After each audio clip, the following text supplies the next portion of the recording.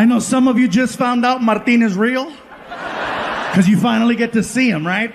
And if you're Mexican, yes, he looks like Machete or Marco Antonio Solis. If you're white, he looks like the Big Lebowski. Wow. This is awesome. And Martin wasn't lying, you guys. We started off in freaking garages and backyard barbecues and quinceañeras and weddings. And now it's like, this is home for us. The biggest thing I've ever done will be tonight, without a shadow of a doubt.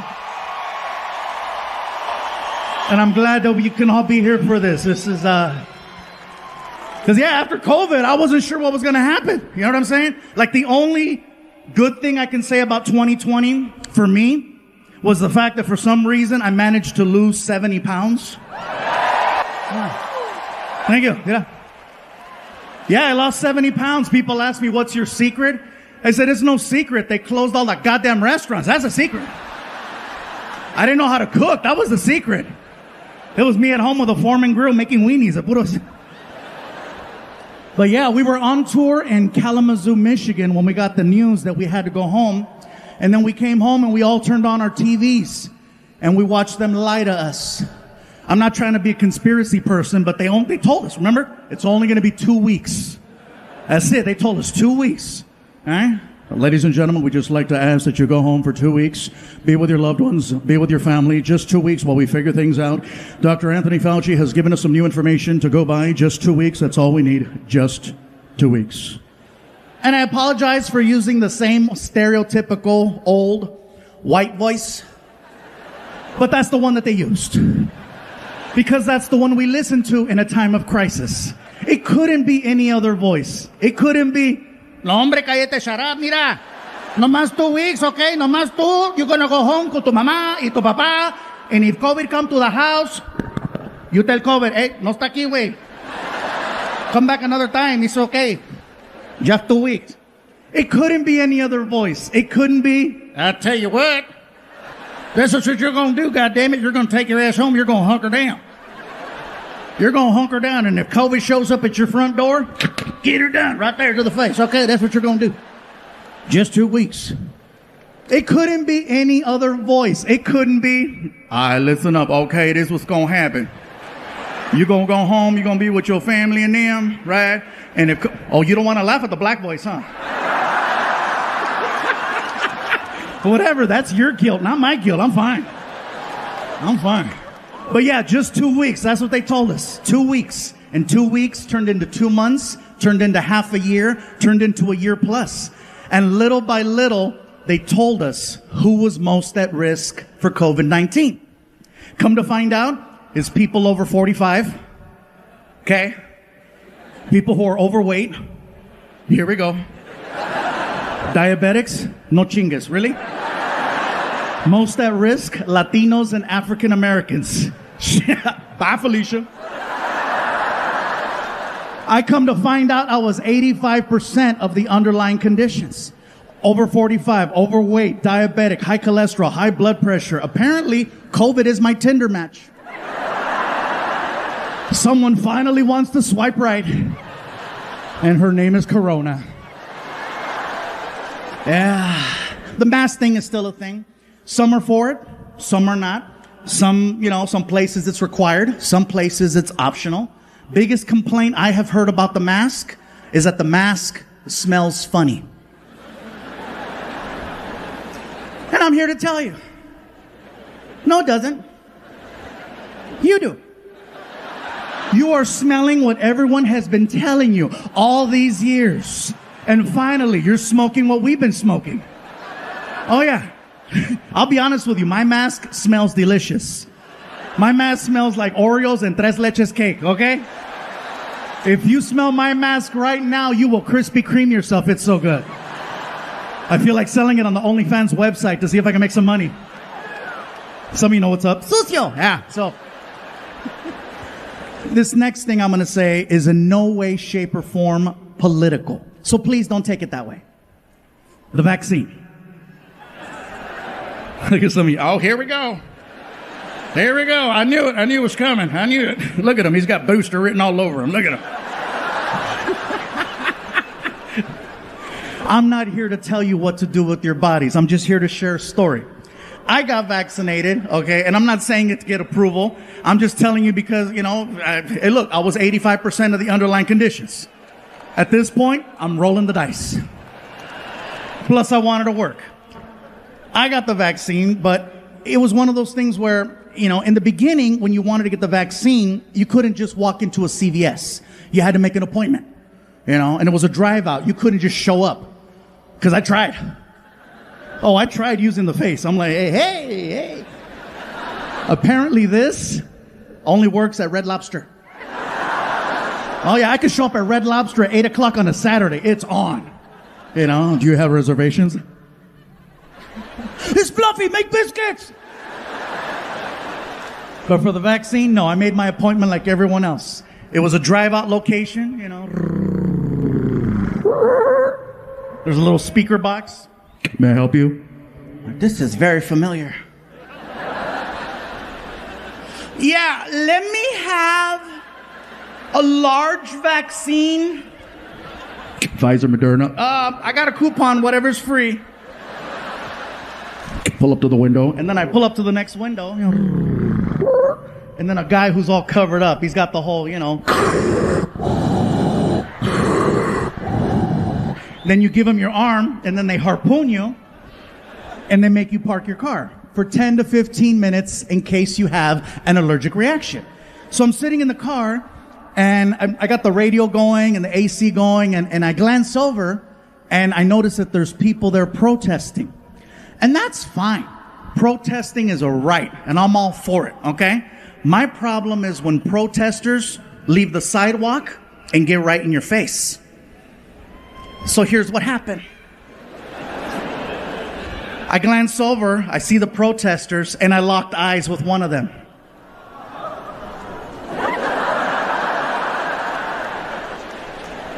And I could do this all day. I'm in the car, right? Like, what?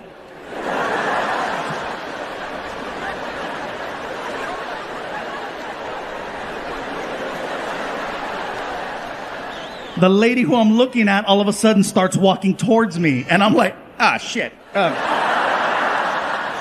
She gets to my car and she starts going off on me. And I have never had a complete stranger go off on me for no reason at all. She gets to the car and she's like, you are so stupid. You are so stupid. How could you get the vaccine? How could you get the vaccine?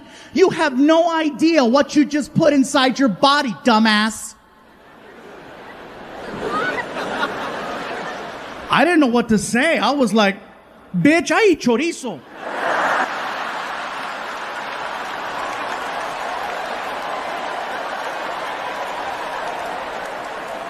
You have no idea what that vaccine has to work through in order to have any type of effect whatsoever. It's got to go through years with the chorizo, chicharrón, carnitas, carne asada, freaking hot dogs, bologna, spam, menudo, caldo de res. Oh. It's got to go through the gauntlet. On a more happier note, I did manage to stay busy during the pandemic. I did a movie from my living room. Yeah, and it wasn't even on Pornhub. The movie already came out in theaters. It's called Space Jam. It's the movie with LeBron. Los Angeles, you are looking at the new voice of Speedy Gonzalez. Thank you. I found it ironic that they hired the slowest Mexican to play the fastest. And 2 weeks after I get this part, I come to find out that they're trying to cancel Speedy Gonzalez. I'm sure some of you heard that they came after two cartoons.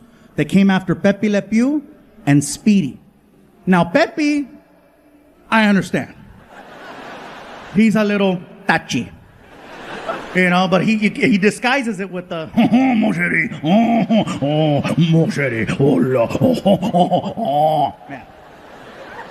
But Speedy Gonzalez, what's his crime? He's Mexican and he's fast. That is not a crime. In Montebello, that's called job security.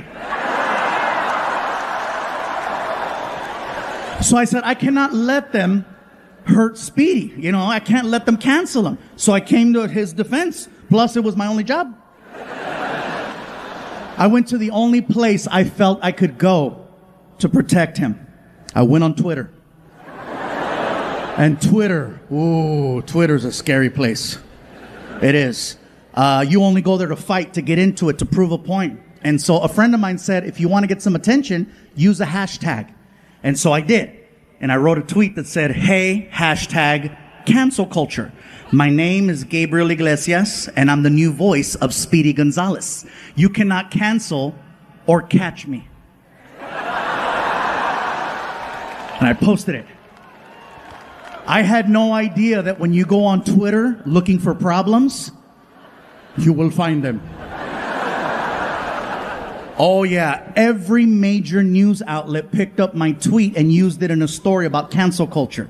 ABC, NBC, CBS, CNN. If I would have known that, I would have used spell check. Because my family called. Eres pendejo, qué chingados, ¿qué te pasa? No escribe bien. Oh my God.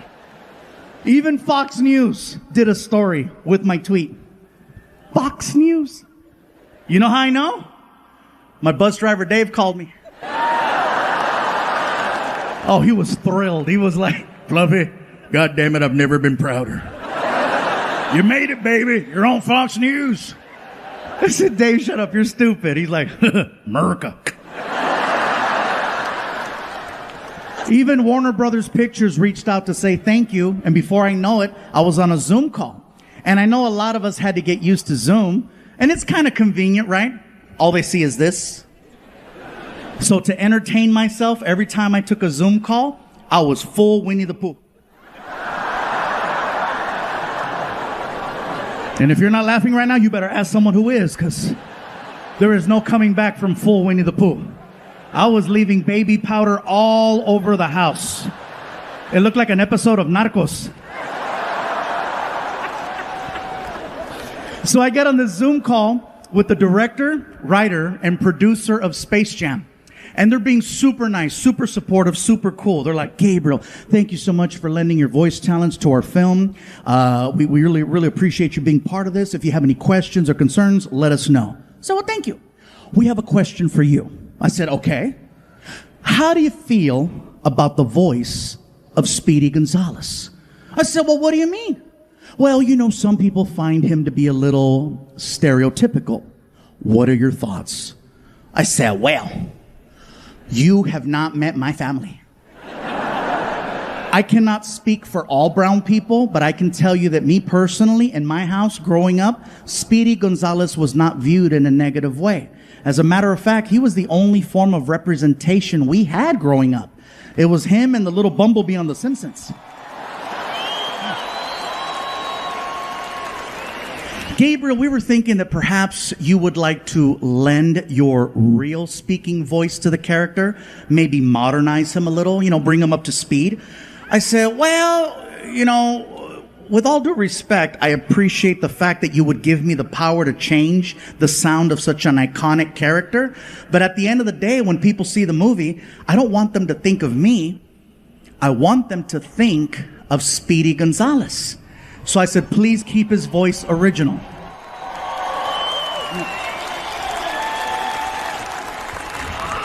And then he asked the question, well, do you think you can do the voice? How did I get the part?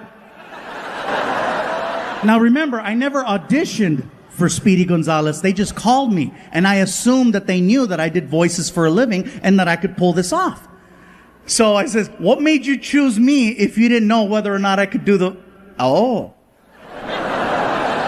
You needed a big brown shield in case shit happened, huh? And then all three people on the phone call were like...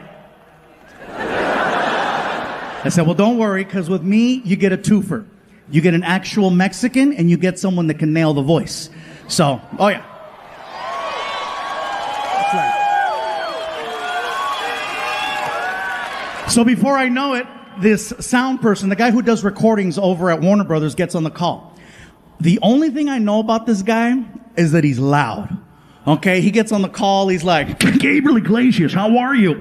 Wow. How's it going? My name is Steven. I'm the sound coordinator here at Warner Brothers Pictures. So listen, buddy, here's what's going to happen. Basically, what I'm going to do is I'm going to hit record. And as soon as I hit record, I just need for you to start talking like Speedy Gonzalez. We're going to get the flow, the tempo, the timing. And as soon as we got it dialed in, we're going to make a movie. Sound good? Sounds good.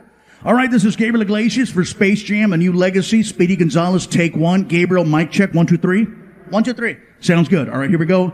And go. All right, here we go. Hola amigos, I am Speedy González de Pases Mouse en all México. ¡Arriba! ¡Epa, pándale!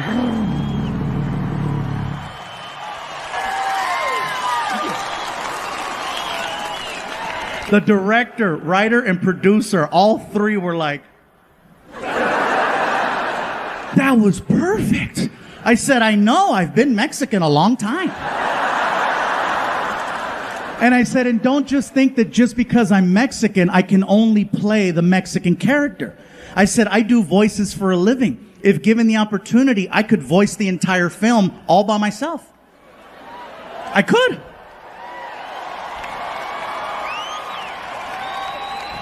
Watch. Marvin the Martian. Oh my modulator. Yosemite Sam. Ah, hike that rabbit. Bugs Bunny. What's up, Doc? I said, you can fire all the other voice actors right now. I will do the whole movie for half plus medical insurance.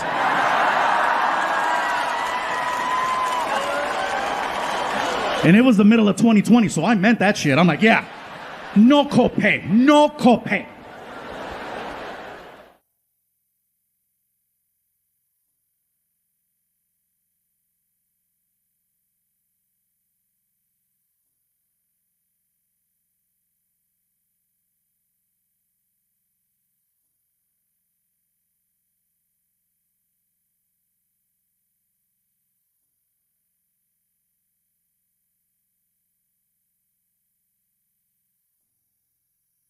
The fact that I got to meet Snoop was awesome.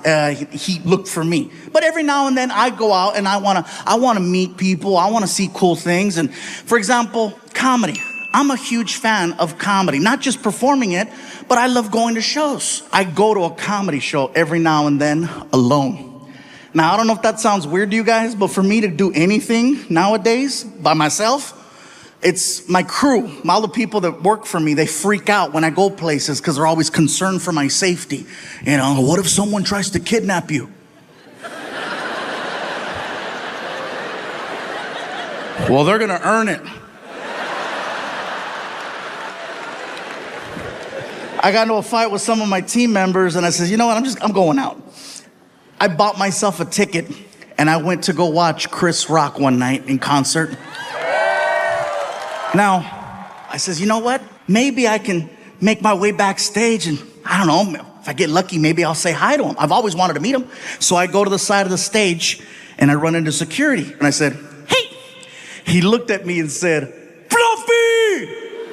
And when he did that, I said, hey, listen, I forgot my keys. I'll be right back. And the guy's like, yeah, keep going. Get your keys, get your keys, get your keys. I'm like, oh my God, that shit worked. Just like that, I snuck backstage at a Chris Rock concert. Once I was behind the curtain, I was in my element.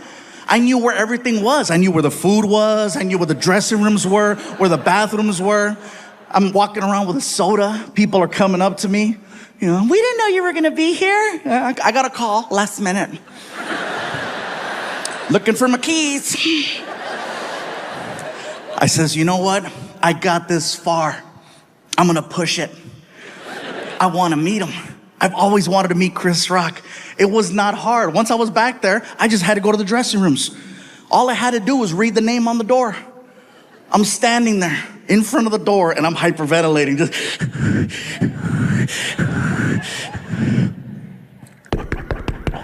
the door opens up and there's this man in there, this bodyguard who's just massive. I'm a big guy, but damn, dude was huge.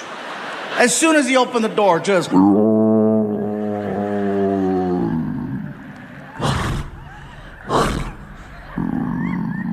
welcome to Jurassic. Big!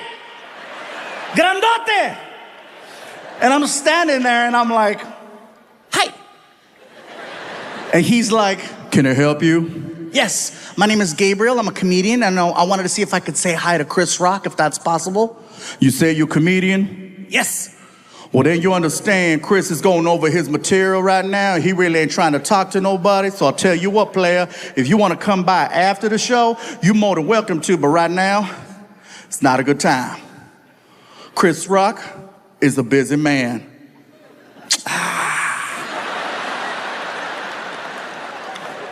Can I wave? Excuse me? Can I wave? What you mean? Can I wave at Chris? I don't have to come in. Can I wave? Chris Rock is in the room. He can hear the stupid conversation that's taking place. I know this because I can hear Chris Rock in the background. What's going on? Who's at the door? Move out the way. Yo, Chris, I got this, man. I got this. Move! All right. And the guy stands to the side, and now I'm looking at Chris Rock, and he recognized me, and it freaked me out. Oh, yeah, it freaked me out. He's like, ah, shit! Look who it is. Look who it is. It's the king of the Mexicans.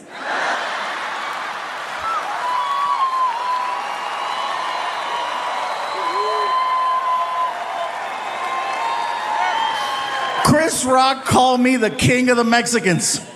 For the rest of the show, everyone referred to me as El Chapo.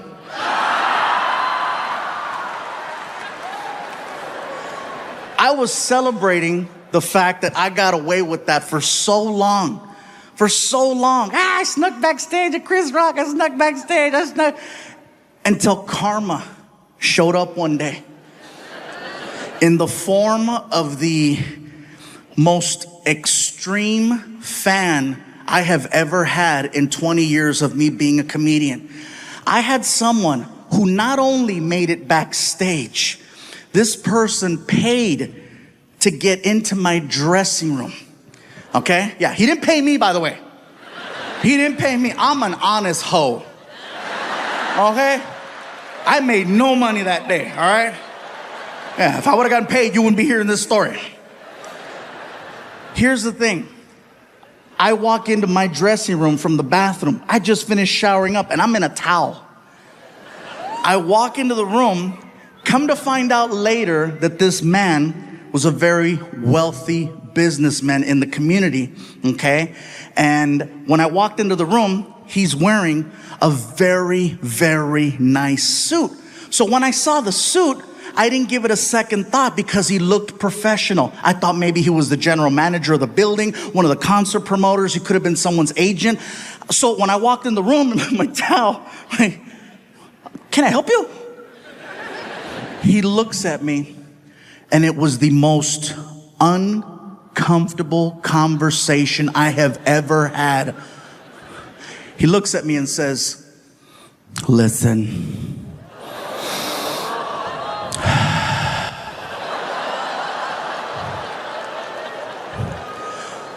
I am not here to waste any of your time. Fluffy, I am prepared to take care of you.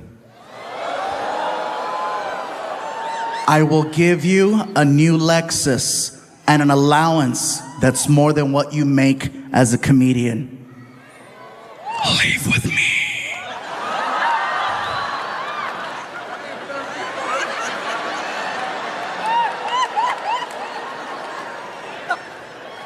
I was never more disgusted and offended at the fact that I was not gay. Because finally, somebody wants to take care of me. Do you know how many people I take care of? No one's ever offered me a Lexus, and they should. I felt horrible saying no to this guy. I still think about it. I still have the number. Houston, I'm gonna tell you something, and I don't know how this is gonna go over, but I'm gonna say it. I would be an amazing gay partner. I would, all the way up until that one part, but even then. Have you ever driven a Lexus?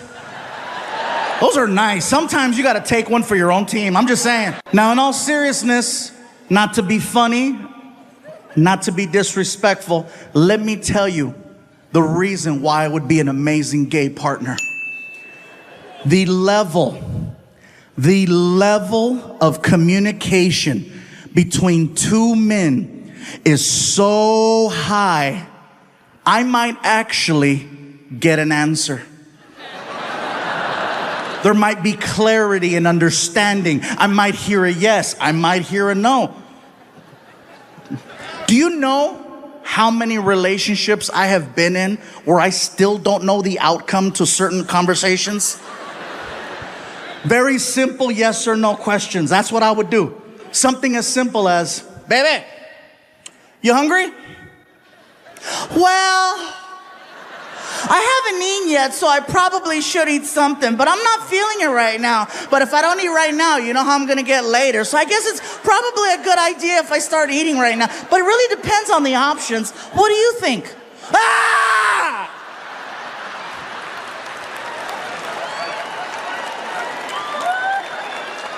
What about this one? Baby, where would you like to eat? You hear all the guys? Yeah. Finally! I'm not alone! Everybody's pointing at somebody right now. Guys, am I right? This has to be, you would think that this is the safest question in the world to ask, but it's not. Well, just pick something. You know me, I'm go with the flow. Whatever you decide is okay with me. You know me already, just pick something. All right, we're going to Burger King. I don't like Burger King. Why do we gotta go to Burger King? Burger King gives me chorro. Chorro is Mexican diarrhea. How about this one? How do you feel? Really? Really? You want to know how I feel? Well, you know, maybe if you'd pay attention from time to time, you might know how I feel. You might not need to have to ask me such a question because you would already know exactly how I feel. The amount of time and energy I've exhausted to let you know how I feel, and you have the nerve to ask me, how do you feel?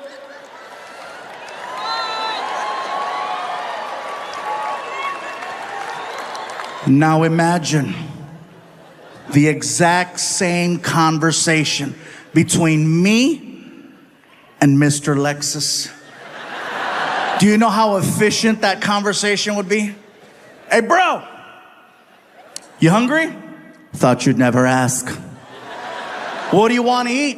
Whatever you want to eat. We're going to Burger King. I love Whoppers. Me too. We go to Burger King and we tear it up. We get back home and I ask him, hey, how do you feel? Horny. Me too. How do you want to do this? Heads or tails? It would be efficient.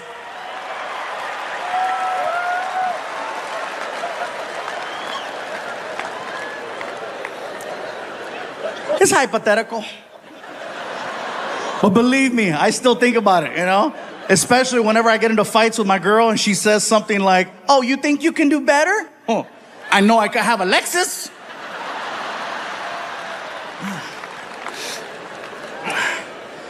I don't know, man. I know we're in the middle of a Netflix taping. Whoever's running the light up there, just want to make sure, because I keep moving, and I stepped out of your light twice, just... Any other show, I'd be like, no problem, no big deal. But this is for Netflix. It's the people that replaced Comedy Central.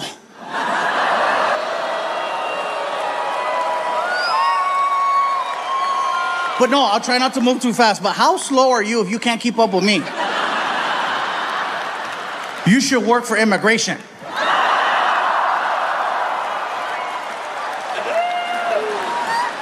I'm just giving you a hard time. I'm sorry. Ladies and gentlemen, I apologize for that. Can we give a big round of applause to our person running the spotlight up there?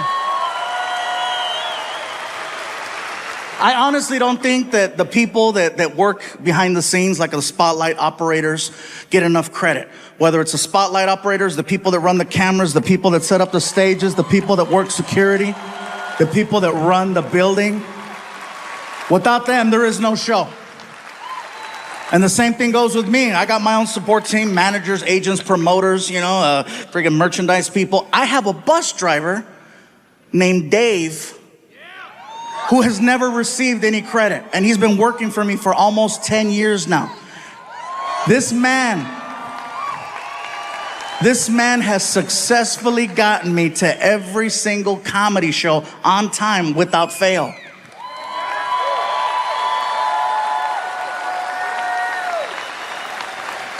If I had to describe him to you, okay? Dave looks like the word America. Not America, America. He's about 6 feet tall. He's white. He has a gray beard and he wears a trucker hat. And he's got to be one of the most hardworking people I have ever met. Now, when I say hardworking, hey, I'm on the road 46 weeks out of the year, so I know. Difference is, I fly home every Monday, Tuesday, Wednesday. Dave stays on that bus and he gets it to the next city where we meet him. He works anniversaries, holidays, special moments. Christmas time, I was with my family. Dave was driving that bus on the East Coast. New Year's, I was with my family. Dave was on the East Coast driving that bus. One of the hardest working people I've ever met. I just want to give him a shout out.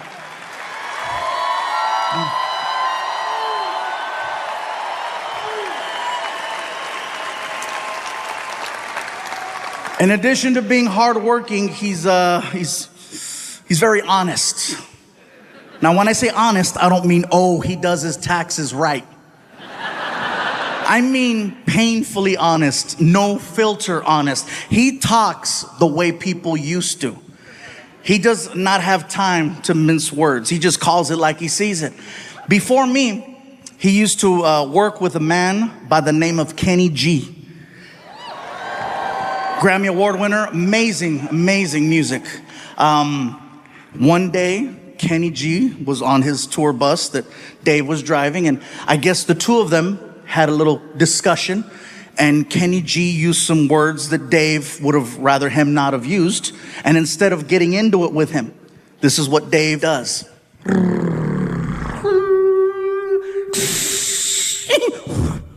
Kicked Kenny G off of his own bus. Because he would rather lose his job than lose his self-respect. And that's the man I work with.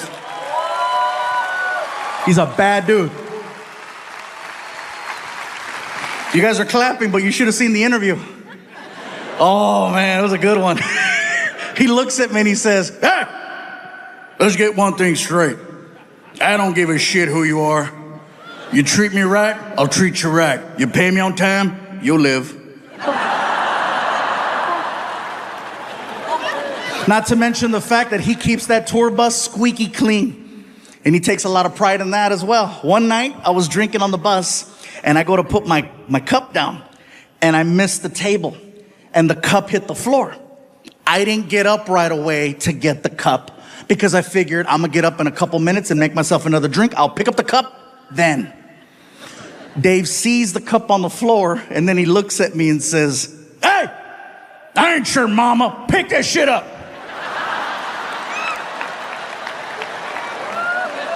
I get to the back of the bus, and I'm like, wait a minute, I pay him. "Hey, Dave, shut up. Yeah, I'll be in the back in my room. Thank you. Drive safe." And people tell me, you work with a man who talks that way to you? Why? Let me tell you why. Because he's honest. With Dave, you know exactly what you get. Nowadays, it is so hard. I'm sure at home, and I'm sure a lot of you guys are wondering, what's going on, Gabriel? Okay, you get a TV show. Why would you want to do it in Phoenix, Arizona? You know, especially with everything that's going on. Why would you take a chance?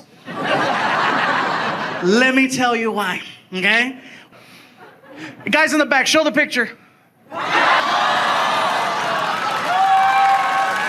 Now notice you don't see a white bus driver in the picture. It's because he took the picture.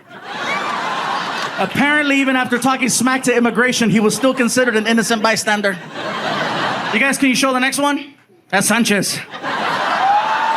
Traitor! Show the next one. There's a dog. And there's where... Oh, Houston, for the first time in a long time, my son was actually impressed by something that I did. You gotta figure, this is not impressive to my son because he grew up in this environment. Okay, you saw that, right? I saw like a... That's like the third one I've seen. It's like stuff keeps... People upstairs from Tombow. Keep talking.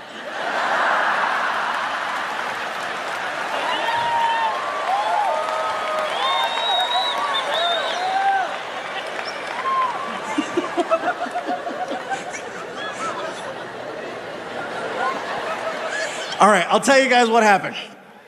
Shakira performed here a few days ago. And Shakira has an amazing show, okay? She doesn't just come out and la la la la la la la la la la la la.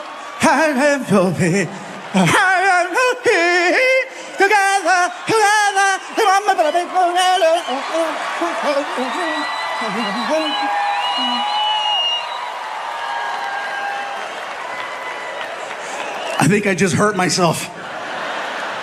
But there's a part of her show where all of a sudden it goes, and there's cannons with confetti that shoot everywhere, right? And I think that was leftover Shakira. Yeah.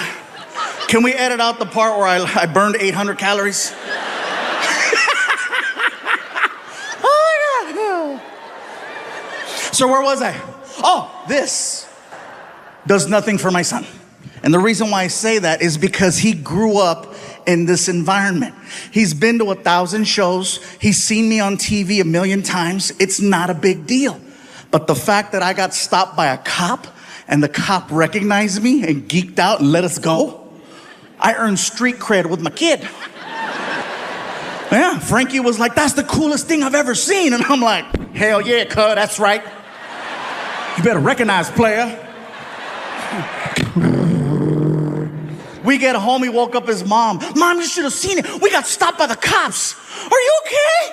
Yeah, they recognized Dad and they let us go. And she stayed quiet. And I told her, huh? I got recognized. And she said, ah.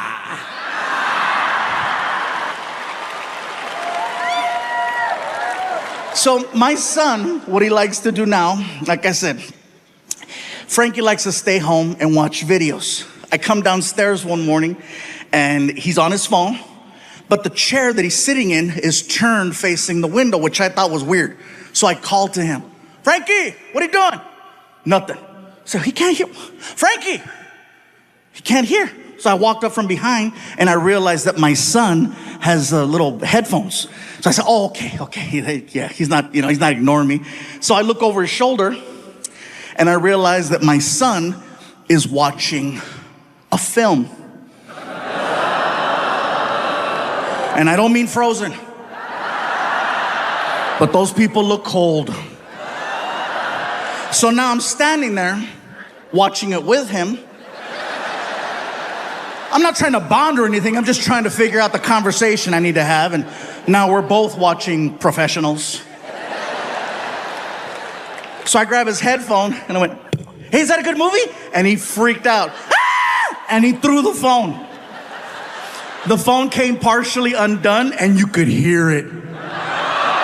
Oh, it was bad for you. Not my face, not my face, not my face.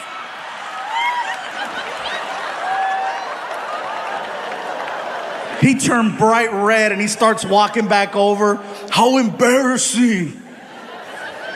How long have you been standing there? I said, long enough to know not my face. Are you gonna tell my mom? I said, Frankie, I love you way too much to do that to you. I would never tell your mom. I'm gonna tell everybody else.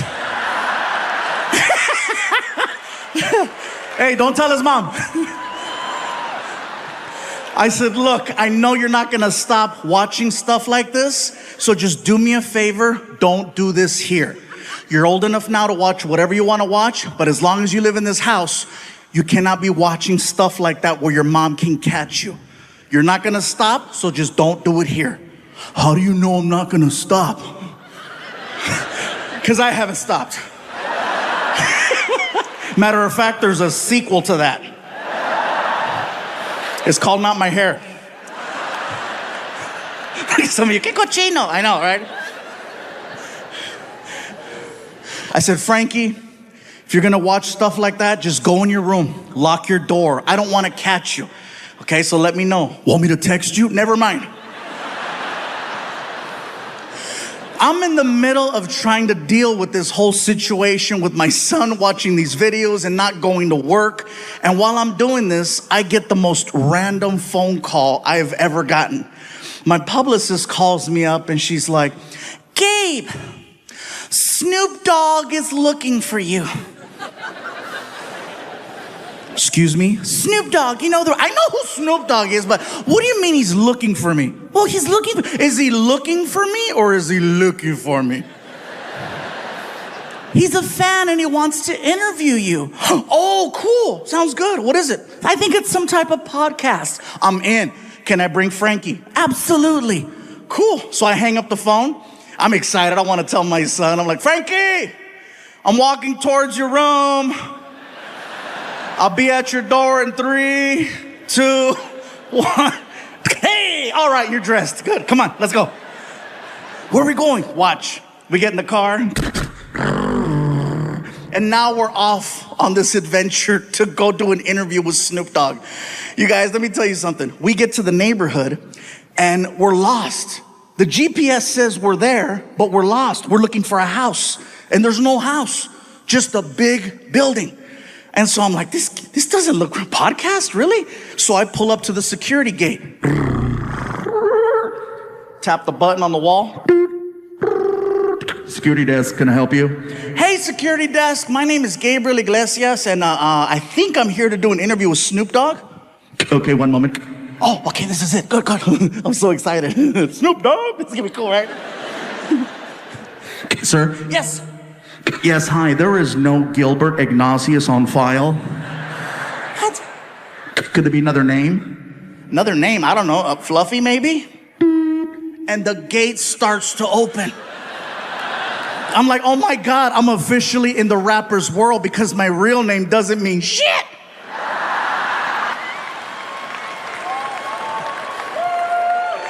So we drive in. And we're passing all of these reserved parking spaces. Reserve. And we get to my space, which is basically an orange cone that has Fluffy handwritten on it. And a bunch of other names crossed off. So Frankie moves the cone, I park the car. We walk into the building. My publicist is waiting for me, right? And she's like, Gabe, you made it. Frankie, how are you? Listen, I just finished talking to Snoop. Wow. He is everything you think he is and just a little bit more. He is so sweet. I cannot believe he was charged with double murder. He told me to just walk you guys into the studio and he'll be right back. He said he had to go outside and get in the right headspace or something. Okay, cool. So she walks us into Snoop's studio. I'm thinking I'm there for a podcast. Come to find out, it's for a TV show. Snoop has a TV show where he interviews celebrities. Everyone in the room is waiting for Snoop to return. You can hear the small talk,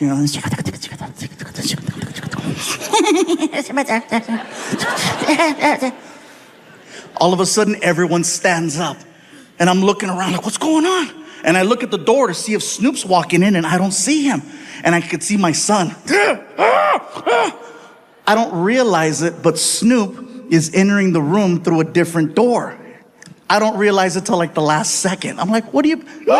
So I jump up, I push in my chair.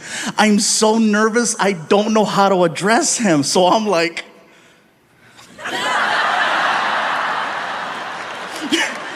I felt stupid. Hi.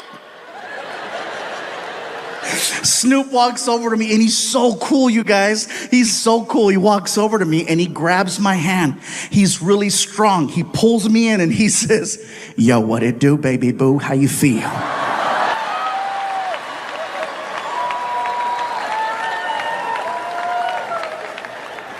And you never see wine drinkers drinking with real drinkers in dive bars. You might see them at a social gathering like this one or some corporate function, but never at a little hole in the wall. You'll never see Jaeger! Tequila, way! And in the middle, Mellow, I say. Oh, this is a fantastic establishment. I truly enjoy the decor here. It's amazing. This is brilliant, I tell you. Who cuts your grass? It's fantastic. I'm sorry, that voice always makes me laugh. I like it. It makes me smile. You know, when we're here in America. Whenever I travel and I perform in England, that voice takes on a different meaning. Now, I heard a woo. Do we have people in the house from the UK? All right, let me tell the rest of the people about you. I love it whenever people from the UK come here to the United States, because when we hear you speak, you sound incredible, you sound amazing, you sound educated, you sound inspirational. That accent is so proper. It is so proper. It doesn't matter what you're talking about. We're drawn to whatever it is. You could be talking about trash. It sounds amazing. Who could leave all this rubbish here? This is such a travesty. This is all this destruction here all over the sidewalk. Someone must tend to this at once. This is ridiculous. People are listening in. I don't know what happened over there, but the shit hit the fan. That guy from England is pissed. I don't know. What the hell is rubbish? See, it's very different. Now, when one of us goes over there, man, it's very, very different, because, see, we don't sound the same as them. As a matter of fact, as Americans, we have a certain way with the English language. Do you understand how we sound to them? I mean, seriously, do you know how they look at us when they hear us speak? We sound like this to them. I'll tell you right now, the other day I was hanging out with Phil, right? That some bitch come over to the house. We had ourselves a good old time. It was just me and Phil. And by the way, if you sound like that here tonight, I'm just kidding. There's just jokes. Don't feel like just, you know. I'm gonna wait for his ass outside. I'll see how funny he is when he gets to the parking lot. Fluffing my ass. I just think it's funny that no matter what they talk about over there, they sound the same. It sounds the same. You know, whereas with us, Americans, we speak according to our environment. We change it up. We morph. We adapt. We all have our, for example, we all have our trying to get a good job voice. When you walk in for that interview, you don't sound the way you sound on a Saturday night when you're having a couple drinks. No, you clean it up, you practice in the car, and when you walk in, you turn it on. If you'll check my references, you'll see I'm more than qualified for this position. Please feel free to call Frank Torres. Frank will tell you the amazing job I did for him 2.5 weeks ago. Listen, I'm ready to work 7 days a week, 365 days a year. No job is too big, no task is too small. You can count on me. I'm the right person for the job. Please keep me in mind. Thank you so much for your time. And then you get to the parking lot. And you're like, whew. Hijo de la chingada, ojalá que me dé trabajo porque no, está cabrón, güey, man. No, I need a job, man. I need a job.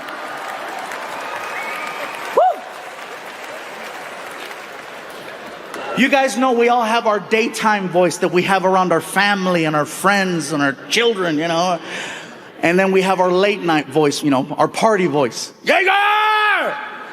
And then if you're lucky enough, you have your late night voice. That's right, you don't even know what's about to happen. You better get on the phone.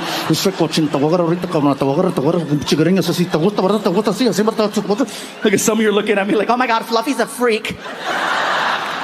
I'm just giving an example. All the kids are like, Oh, this is different. sorry, because I see those kids and they're just like, oh. Dad's like, pinchy Fluffy. No. Stupid, bad Fluffy. But see, now over there, they sound the same no matter what they're doing when they apply for a job. If you'll check my references, you will see I'm more than qualified for this position. When they party. If you'll pour me the wine, I will drink it. It is brilliant, I tell you. When they're making love. I'm going to part your legs like the Red Sea. Oh, I'm going to defile you in such an amazing fashion. You will rue the day you came across me at that local pub. I'm going to lower my drawbridge and introduce you to the Queen. Yes, I shall. And when you arrive at that magical moment, I want you to scream victory. Victory! My job is done here.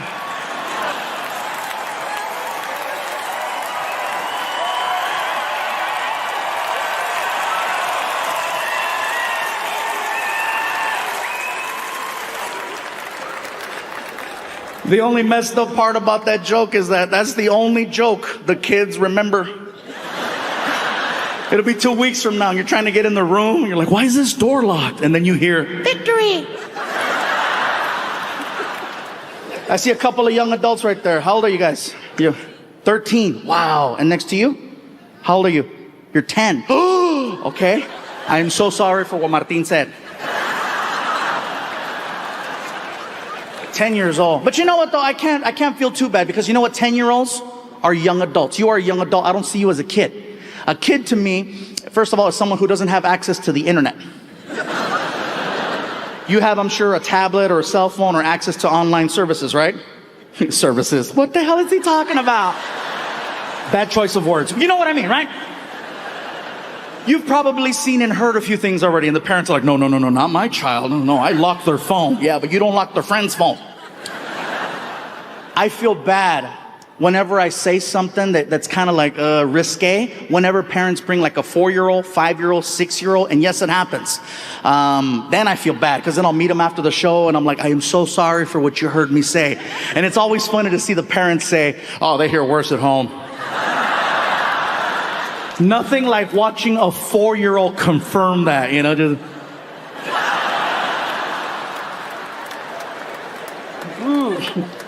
Like, for example, my son, he's 18 years old, but he still doesn't cuss at home, okay? Now, whatever he does in public, I have no control over, but at home, he knows he cannot cuss. One time in like 13 years, I caught my son cussing at home, and I couldn't even get mad. He had fallen down the stairs. I don't mean to laugh, but think about it. What am I gonna do to him that's worse than what he just did to himself? I heard it too. Just, ah!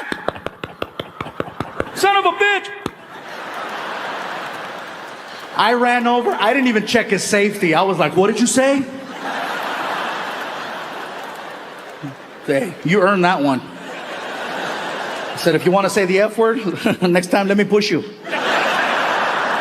That's when I knew he fell hard. Really? No, get up here. Come on. Well, cool. Welcome, you guys. I hope you have a good time. I know you're getting nervous, Dad. You see me talking to you, you're like, what's he telling my son? No, nothing. Nothing. Being cool. But thank you for trusting me to bring your kids to the show. For your young adults. Sorry. Thank you for trusting me to bring your young adults to the show. And by the way, I know I keep pointing at people in the front right here. If you're here tonight with someone you have no business being here with,